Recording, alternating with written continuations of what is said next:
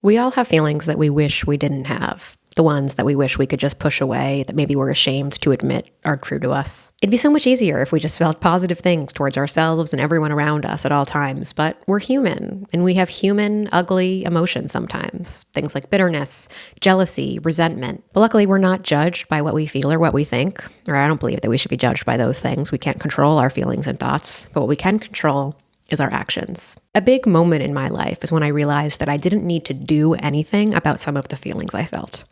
I used to feel when I was younger like everything I felt I needed to take some action about, but actually feelings are transient. They're not going to last forever.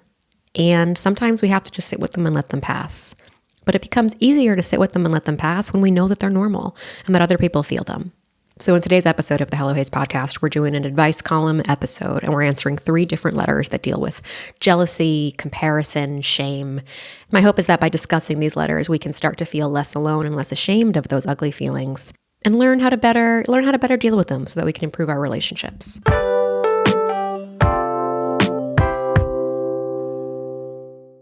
Letter 1. Hello Haze. How do I stop obsessing over my ex-best friend's successful career? We both work in a very niche part of the music industry. We met during grad school, and despite always being compared with each other, we fell hard and fast into platonic love. It was unlike any other friendship I've had, but over the years I've come to realize that that kind of intensity is her talent. She's manipulative, controlling, dishonest, and generally not a good person. So I've distanced myself while trying to avoid a big blow-up. We still cross paths professionally since we live in the same city and our circle is very small, and every time I see her, it hurts so much. I see right through her bullshit, but I feel trapped into being nice so others don't think I'm cold.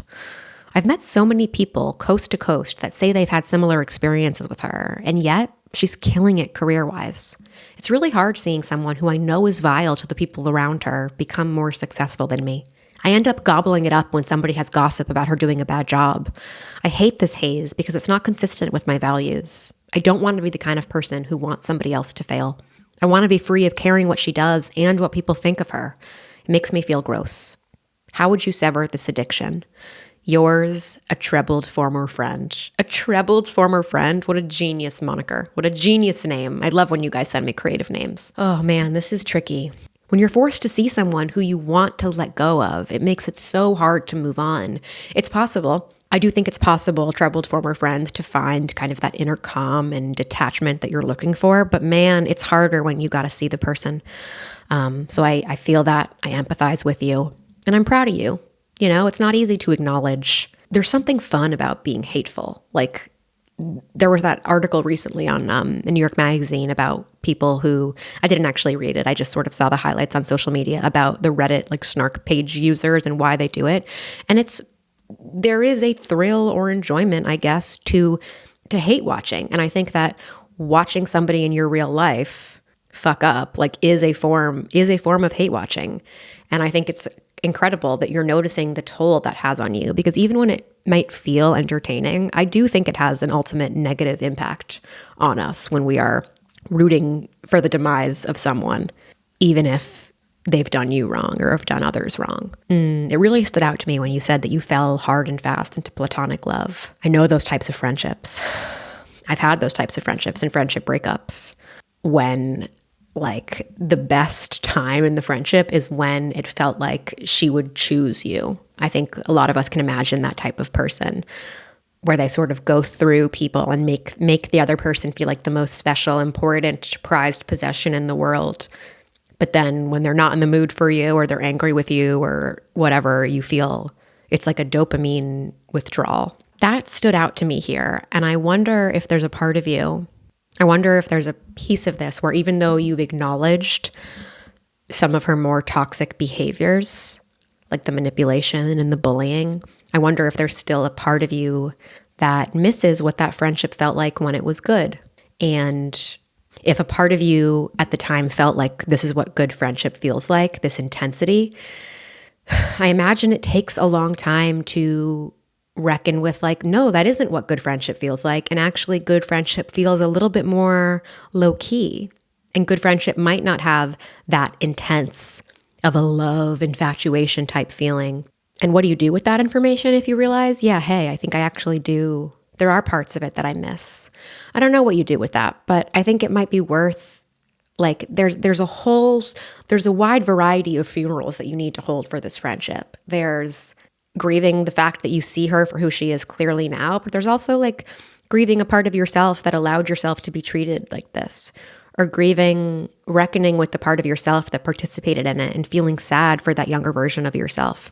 I don't know. I just think that there might be a piece of this that you haven't yet put to rest. I do kind of believe that when we feel so strongly about some people who have hurt us, it means there's a part of us that's not over it, that we haven't moved on yet. And that's no fault of your own. It does take time. And like I said in the beginning, it's extra hard when you have to see this person all the time. Maybe you need to admit that to yourself, that I'm not yet over this friendship. The fact that I feel such strong emotions towards her means I'm not at peace with this. What else do you need to be at peace with here? That could be a good journaling activity for you, or something to talk through with a trusted friend. Like, what else do I need to put to rest? You can write it all down on a piece of paper and light the paper on fire when you're done. There's something in this relationship that doesn't feel resolved for you, and I don't think it's just that you have to see her all the time. Part of moving on is when you realize that thoughts of this person or seeing them doesn't stir you like it used to. So give yourself some credit, or not some credit, but cut yourself some slack, because it sounds like you still have some moving on to do. So what do we do about this jealousy piece in the meantime? It's hard watching someone be more successful than you, no matter what, whether you like them or you don't. I think, I was putting more successful in quotes because success is in the eye of the beholder, and you and she might have very different ideas of success. But it's hard when you're in your industry is niche. I imagine it's also fairly competitive. The smaller it is, the more competitive it is a lot of the time. You're an ambitious person, I'm gathering. It's natural to compare yourself and compare your timeline to other people's timelines, regardless of the type of person they are. But it's not serving you, and it doesn't serve me when I do that either. And I actually think that it doesn't apply to this situation, but when you do notice that you're feeling jealous of somebody or envious of somebody kind of in your social circle or career circle because they have something you want, I think a really great antidote is to genuinely try to show up for them. So if you notice that you're like scrolling online and you see someone got a promotion and you instantly kind of feel jealous about that, but you love them and you want to show up for them and you wish you didn't, trick yourself into being happy for them by texting them. I just saw this. I'm so happy for you. This sounds incredible. Sometimes genuine happiness follows our behavior. Like, I think there's some science that like if you smile, it sort of starts to trick your brain into believing that you feel better. I think that sometimes when it comes to envy and jealousy, that works. Joining in on someone's joy is a great way to quiet our jealousy, because joy always overpowers jealousy.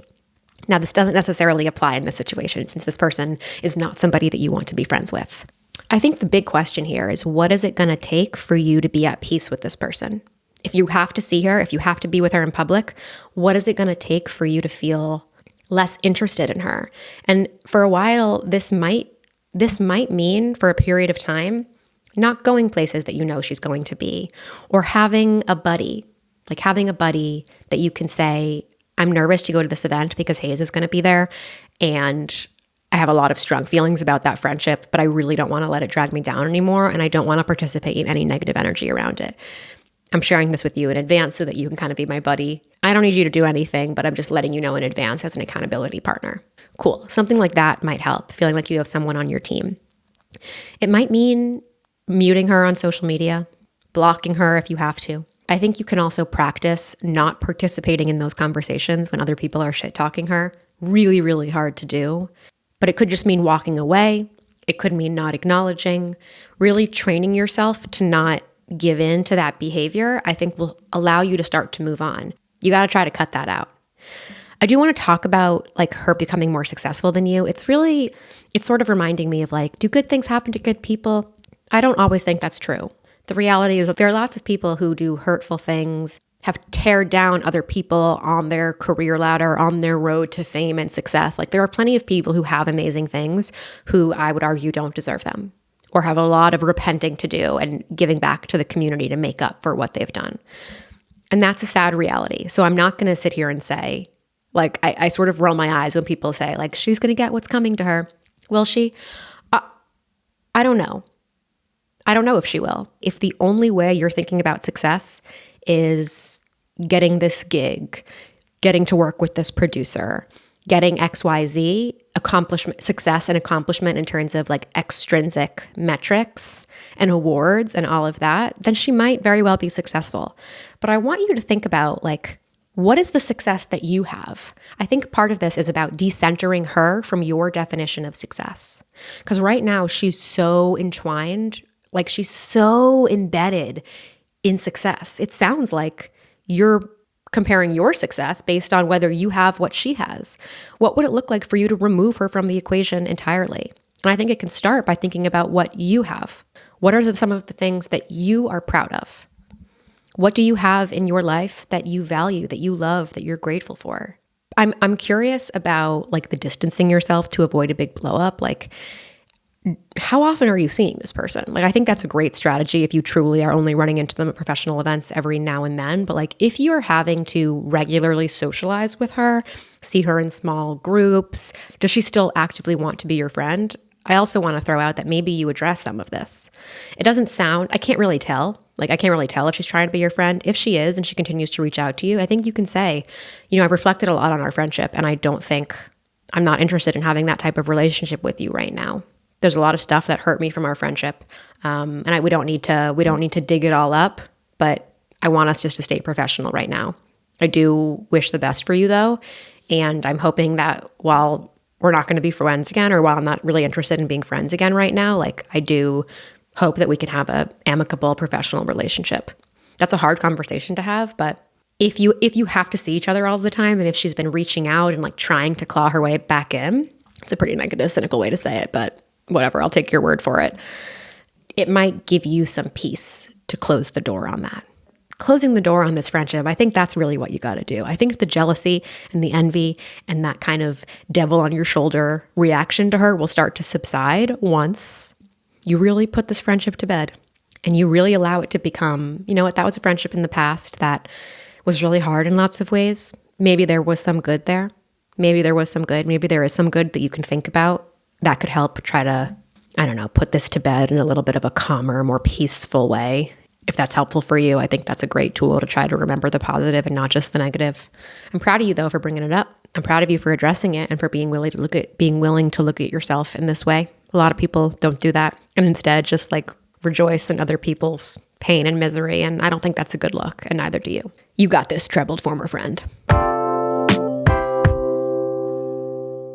Before I read our second letter, I do want to call out that this one references miscarriage. So if that feels like a topic that is not right for you right now, please feel free to scroll ahead to our third letter, which is about engagement ring drama, mother-in-law stuff, and is a fun one. I'll put the timestamps in the description so that you know exactly when to scroll ahead to. And yeah, love you very much. All right, letter 2. Hello, Hayes. I recently had a second miscarriage. The first was before my son was born a few years ago. My cousin, who's one of my closest friends, has been there for me since the beginning. To give you a sense of how close we are, we talk on the phone nearly every morning, and I was the first person she called when she found out she was pregnant with her first child. So she knows I've been struggling with grief since my second miscarriage, and that we're still struggling to get pregnant. But last night I got a text from her that made me immediately start crying. It said, "Hi, we have some news," with a picture of an ultrasound. I have plenty of friends that have announced pregnancies, and while it's a little sensitive for me, I'm happy for them. I think it's the way she told me that made me so upset. I understand it's her news to share, and she didn't have to tell me the exact day she found out, but I also feel like she lied about it. Just the week before, she said they would try soon for their second, but now I know she must have already had an appointment on the books. I didn't respond to the text for over an hour, and I wasn't sure what to say. My mom gave me advice to say how happy I am for her, so I did.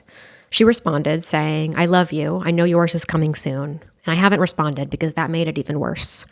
Am I wrong for being upset about the way she told me? I'm the least confrontational person you'll ever meet, by the way. I often let my feelings get hurt because I'm more at peace saying nothing than confronting someone to stand up for myself. I'm not sure where to go from here. Should I be the one to call her, or should I let her reach out? Yours, Baby Bummed. I'm so sorry to hear about your miscarriage. Yeah, I'm really, really sorry. And this is a rough situation that I think a lot of people will deal with, right? With how common miscarriages are. So many friendship dynamics, whether we're friends, cousins, sisters, if you're a person who wants to have children and will carry children, this is something that we have to talk about. And, in conversations I've had with friends who have miscarried and then have gotten pregnant, pregnant friends, what I'm gathering is that there isn't really a perfect thing to say. And there's not a perfect way to handle this situation. And everyone's going to have a different personal opinion about how they can. Like if you're a person who's had a miscarriage, two people who have had miscarriages may feel very differently about what the right thing to do is and how they want to talk with their friends who are pregnant, how they want to be talked to. So I think we have to consider that reality, that you are an individual person with individual feelings and experiences that might be different from somebody else. And that doesn't mean that you have to do things the way other people do. And again, it's really hard when we're in kind of the throes of grief to know how to react, right? If we're talking about like feelings and actions, sometimes when we really are in these deep, heavy feelings, our initial idea of what to do isn't always the best thing to do for us or for our relationships. Not all the time, but sometimes those decisions or those ideas can be more reactive.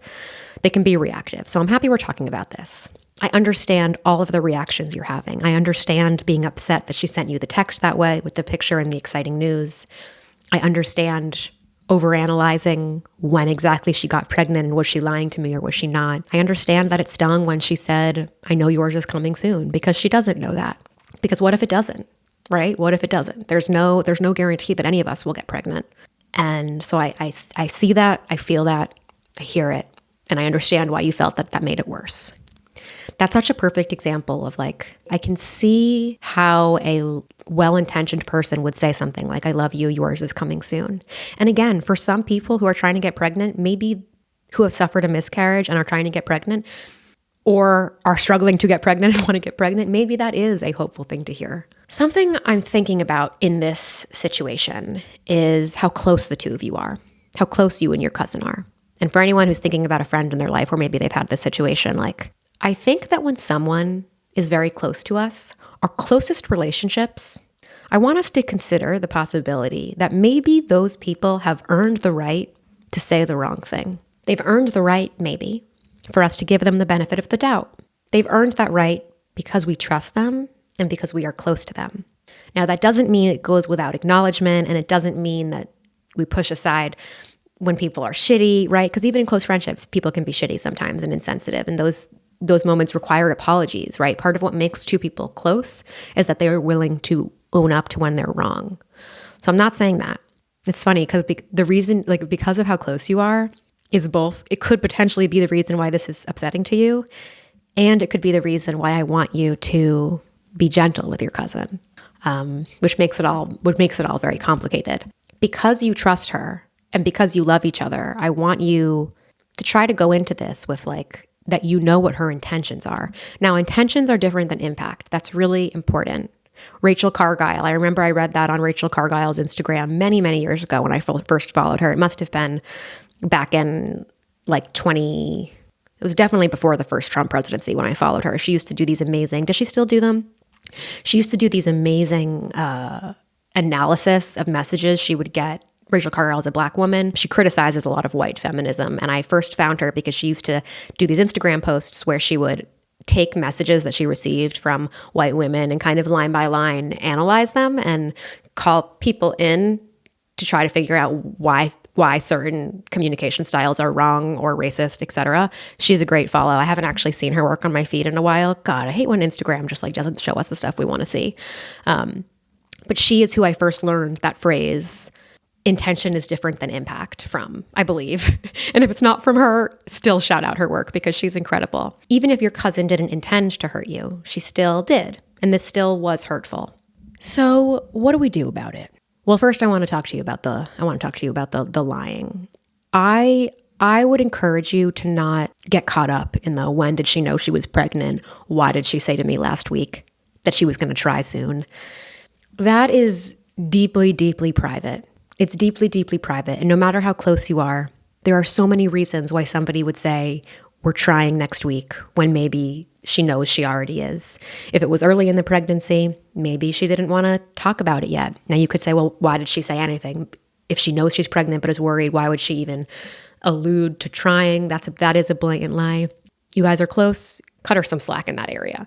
It is a really interesting question. Like, what would you have rather her done? I'm not saying that in a snarky way. Like, well, what would you rather? No, genuinely.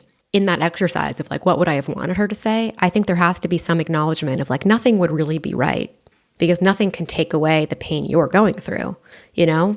Nothing would be right.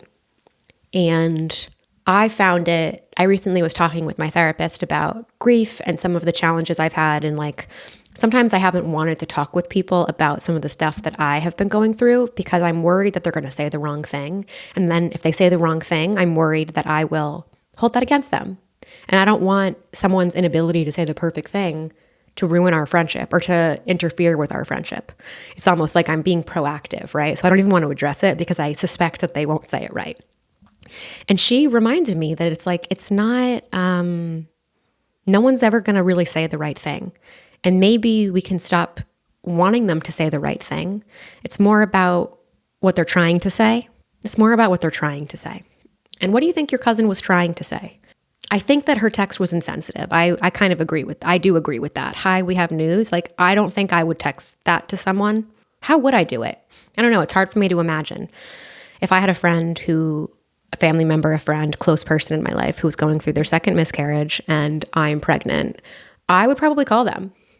And I would definitely in that conversation be like, I really wanted to share it with you. And I know that it might bring up some complicated feelings given what you're going through. It brought up complicated feelings for me. Because I can imagine, like, if I'm putting myself into these shoes, I think I would feel sad.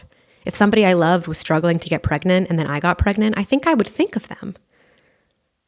And maybe that's what hurt, that you felt like she wasn't thinking of you in this experience. And I don't think that's entirely selfish. I really don't. I think wanting to be considered in close relationships, I can't imagine not considering the people closest to me. So I think you're totally valid to feel that way.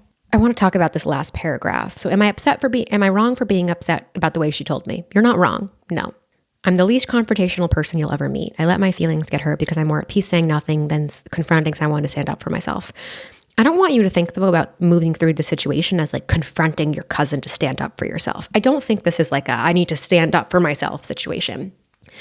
I want you to come to this with like some softness. I want you to come to this recognizing that this is a universally challenging situation. Okay? Your cousin is going through something very exciting, and you right now are going through something hard. And when the subject matter is the exact same thing, pregnancy, like it's a tricky situation. And, you know, some people might say, well, you shouldn't have to be the bigger person. I say in close friendships, we don't fucking think about that. I think you call her when you feel ready to. If you feel ready to call her and compelled to call her, call her. I don't think you should wait around for her to apologize or for her to reach out. I wouldn't do that.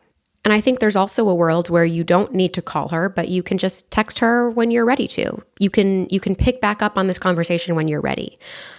I think it would be great to acknowledge this, like even separate from the text she sent and the ultrasound picture and what she said. You could be like, I feel like we should talk about the complicated dynamic of one of us being pregnant while I'm having a hard time. I'm already noticing some complicated feelings I have about that, and those sit right next to my joy and excitement for you. Can we talk about that and like how we should deal with that in our relationship? Because I don't want it to come between us. I think saying something like that, oh my gosh, what a breath of fresh air.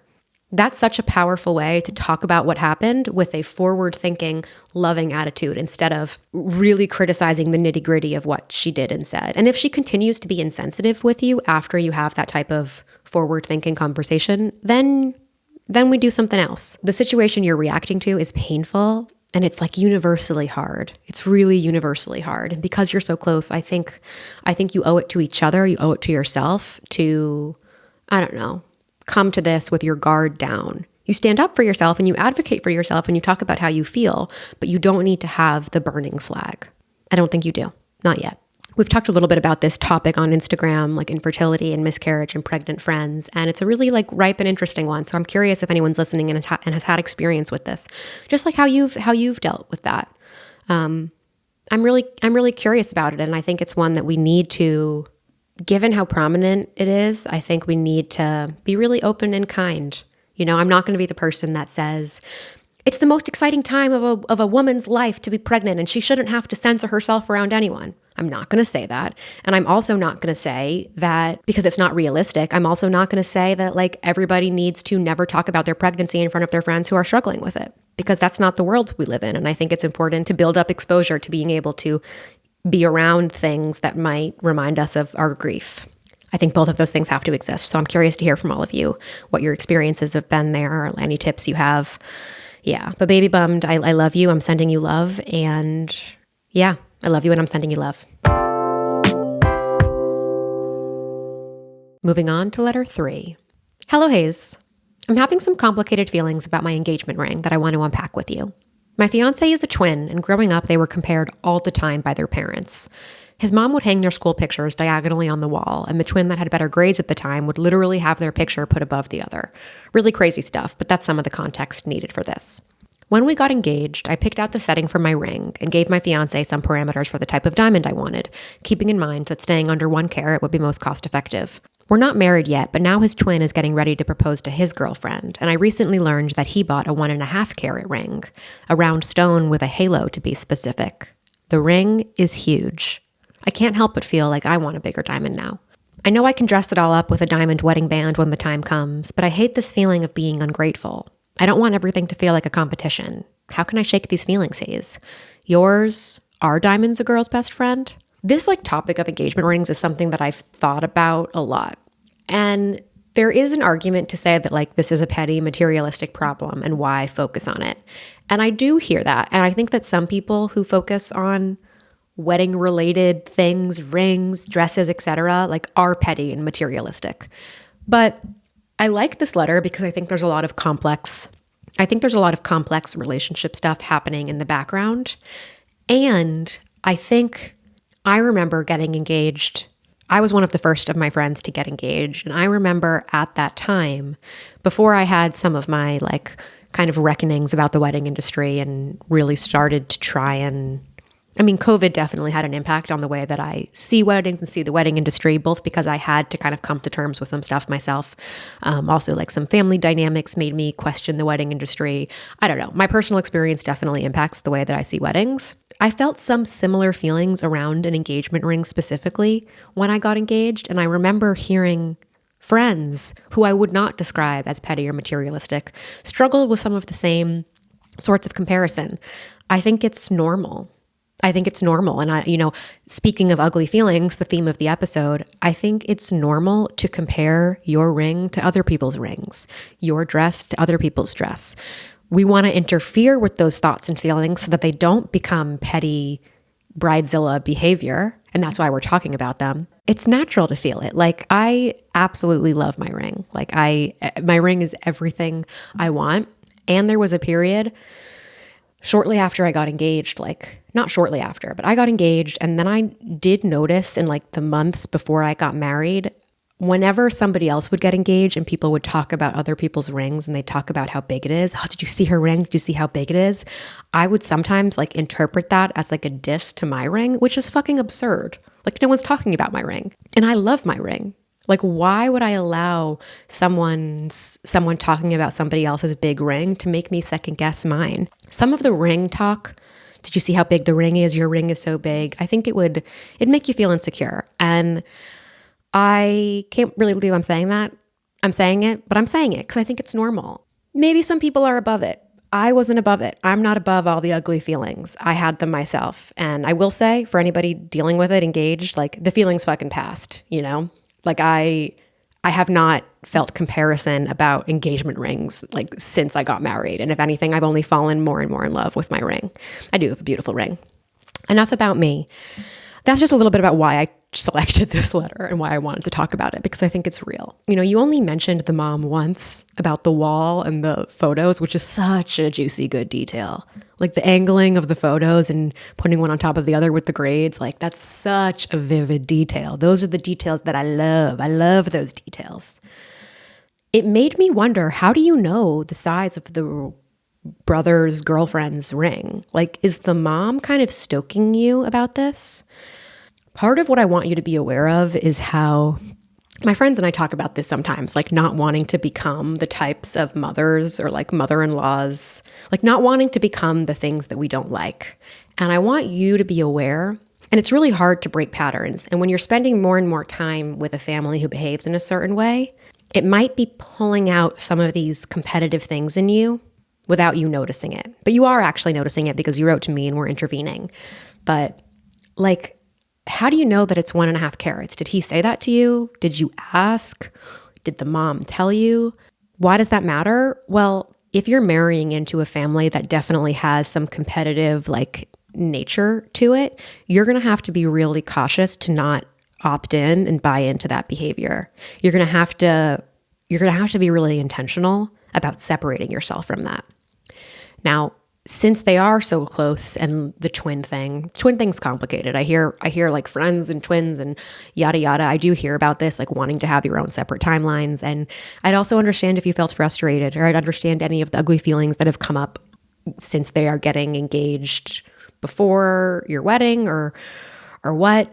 I don't think that they shouldn't wait necessarily, but I'm just trying to validate what it is you're feeling. I think that you have to just consciously tell yourself that you are not that girl. You're not the person who's going to make a fuss about your ring. You can have lots of jewelry in your life. God willing, the engagement ring is not the only piece of jewelry you're going to have forever. I want you to try to channel into and tap into the version of yourself when you picked out that ring, because that's what the ring is. The ring is an expression of love between you and your partner, and it's also like a snapshot of who you were at that moment. And if who you were at that moment, like if that's the ring that made most sense for you as a couple at that time, that's a beautiful thing. Love is not measured in size. Love is not measured in ring size. It's just not. And it's really easy to fall into the trap of thinking that it is, and losing sight of what the wedding is actually about and what the engagement's actually about. You have to just try to interfere with those thoughts. Like literally say to yourself, stop being so fucking ridiculous. I do think a little bit of belittling, a little bit of like validation followed by snap the fuck out of it, babe. Like we're not going to actually entertain that. I do think that is important here, because this is, on the scale of things, like it's silly. And I know you know that. I don't think it's that you're ungrateful. I don't think we need to label, you said, I know I'm being ungrateful. I don't think you're being ungrateful. I think you are susceptible to the competitive comparison, ugly side of the wedding industry. And maybe it's being triggered by the family dynamics, right? Like if there's a natural competition thing happening here, you're now a part of it. The great thing is that you're noticing it. It doesn't have to be like this. Also, like play out the situation. You feel like you want a bigger diamond now? What? Are you going to replace your ring? You want the twin, so the twin proposes to the girlfriend, has a bigger ring than you. And are you actually imagine this. Are you going to get a larger ring now? Then it would be so obvious that you were just trying to like have a bigger ring than her. And you are so much bigger and better and cooler than that. You truly are. Some of this is about, look, like there's nothing cooler, not that like we need to try to be cool, but sometimes becoming the person we want to be, we have to act like the person we want to be, even when we don't feel like her yet, right? What is it? Fake it till you make it.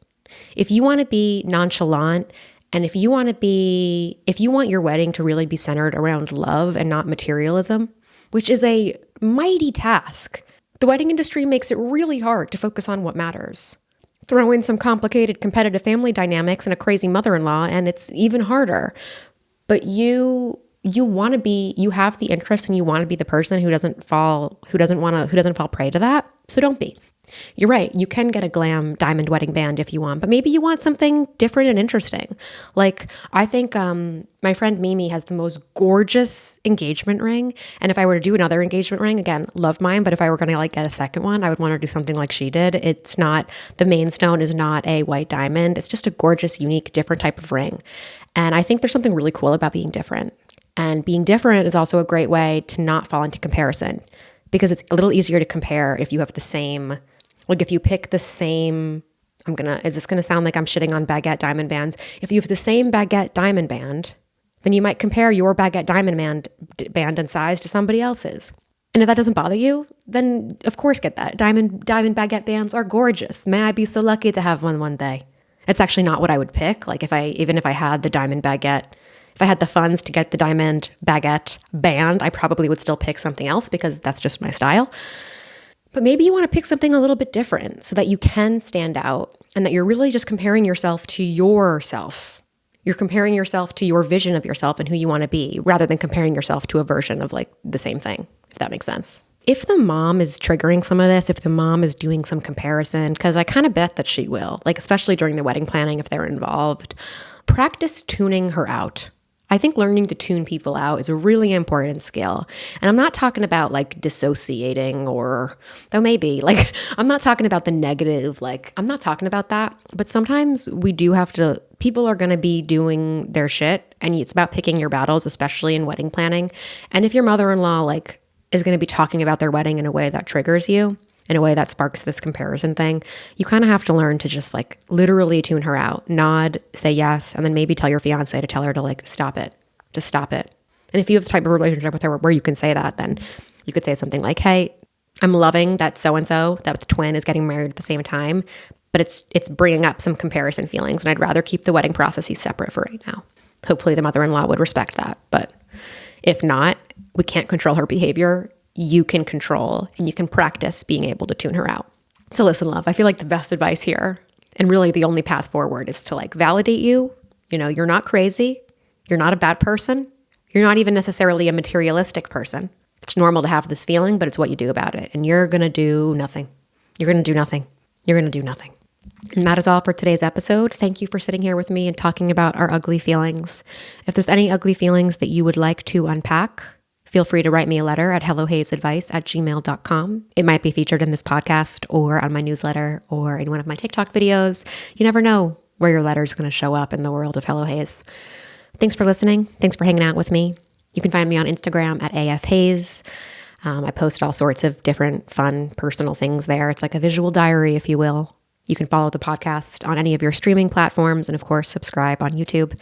And I'll see you next week. Yeah. I'll see you next week. I think I will. Love you. Bye.